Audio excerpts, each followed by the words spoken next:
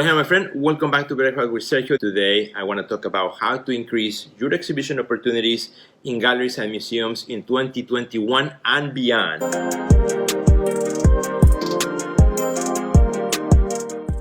Well, hello, my friends. Welcome back to Breakfast with Sergio. I got a couple of tips. Beautiful day out here.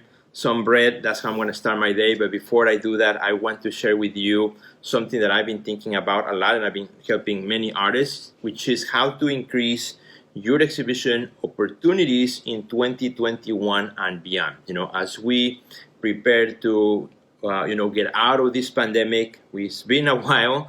As you all know, the world has changed because of the pandemic. Many things have happened. Perhaps you had exhibitions that were canceled, maybe were postponed, maybe projects that you had were canceled or postponed. So everything kind of went into a shuffle for the last 6 months when the pandemic started. Then after that, I think we all began to figure out, okay, this is kind of something we need to adjust, not just wait for to end, but adjust and move forward. And I think that's, if you look around at galleries, museums, institutions, projects, residency programs, we're all adapting. We're all trying to figure it out. In my gallery, 33 Contemporary, we already had planned all 2021. It's a mixture of exhibitions, online programming as well, some exhibits that are in person, exhibits that will be online. So again, we're adjusting, we're adapting, to how the world will look like as we get out of the pandemic. So for you, my friend, as an artist, and something that I think of it as well for me as an artist, is how do we prepare for 2021 and beyond, right? What should we be doing if we want to really increase our exhibition opportunities, approach galleries, approach museums, institutions, and so on with our projects. So I have for you today here four steps, four things that you can be, or you should be thinking about right now, things that you can do right now to prepare for 2021, 2022, and beyond.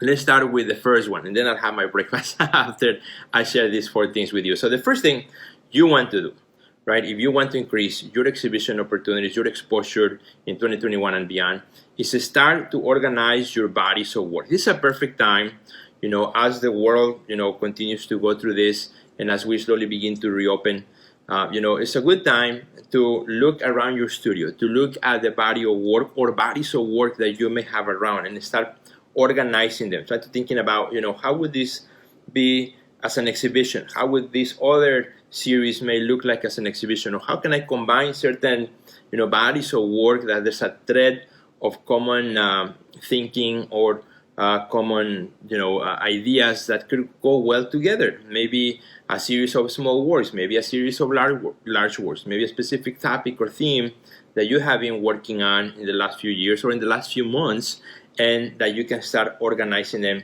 and looking at them as bodies of work. And listen, as you think about this, they don't all have to be the same. They don't all have to look alike. It could be something that has a specific theme, point of reference, point of view that you want to bring along together. So you start doing that, and I've been doing that.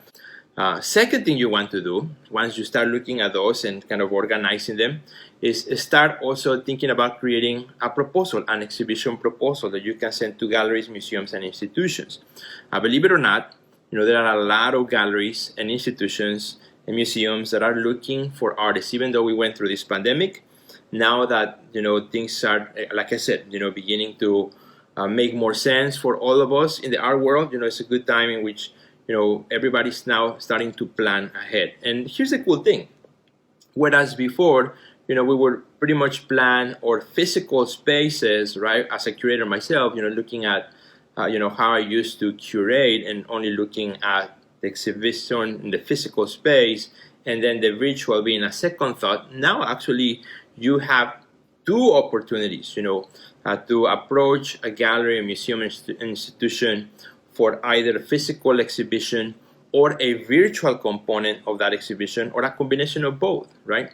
So in other words, now I see more and more galleries and museums and institutions who are now also adding programming that's virtual only, online exhibitions.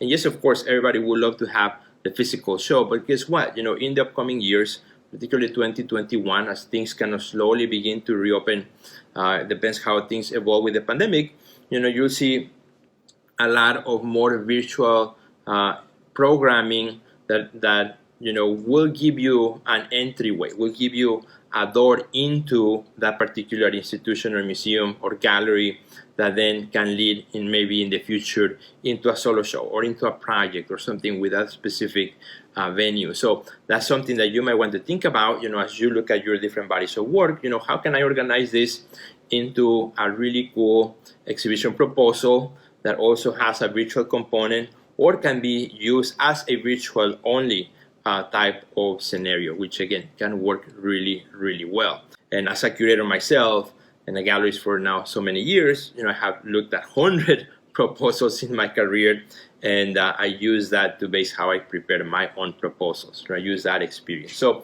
that's number 2. So number 3, again, look at, once you have that idea for your proposal, think about how this will look also with virtual programming. For example, before, exhibition proposals would come with ideas for hands-on workshops or discussions or things like that, mostly in person, right?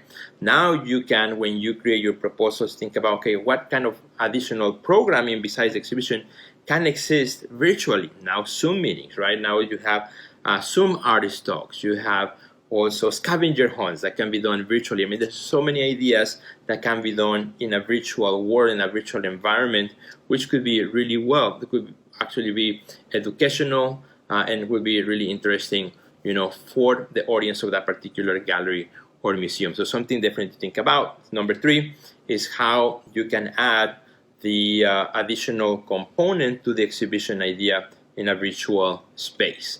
And then last one, my friend, number 4, is to do research. You want to do research, you got to start now. Don't wait until 2021, 2022 to start doing research. Do the research right now, because I always say if you want to have shows next year, you got to start now, because everybody works ahead in their schedule. My gallery, like I said, we already 2021, we already have planned it out. So that's what you want to do. You want to have shows in the future. You got to start now. Don't wait for later.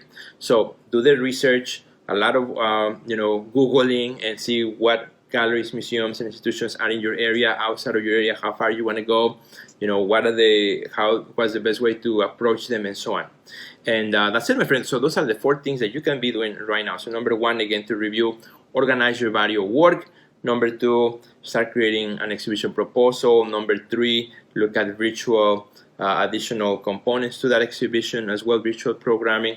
And number 4, start doing the research. And my friend, if you would like help, with that, know that I have a really cool program, really cool course that's called 7 Steps to Creating a Killer Exhibition Proposal.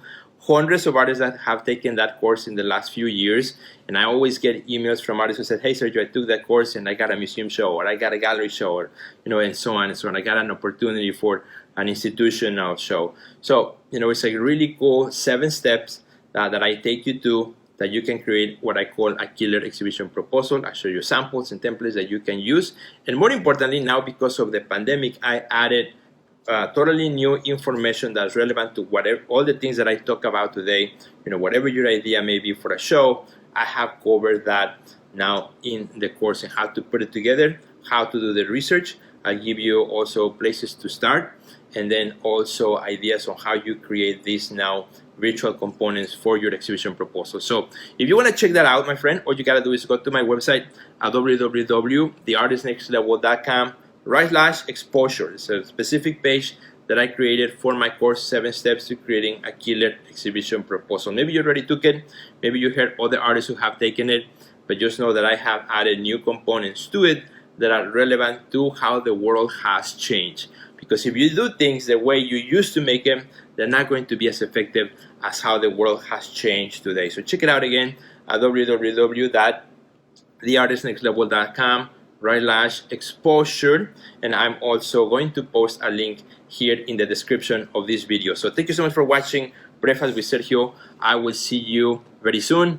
Good luck with your exhibitions and your proposals for the year 2020-21 and beyond. Hope to see you soon. Goodbye.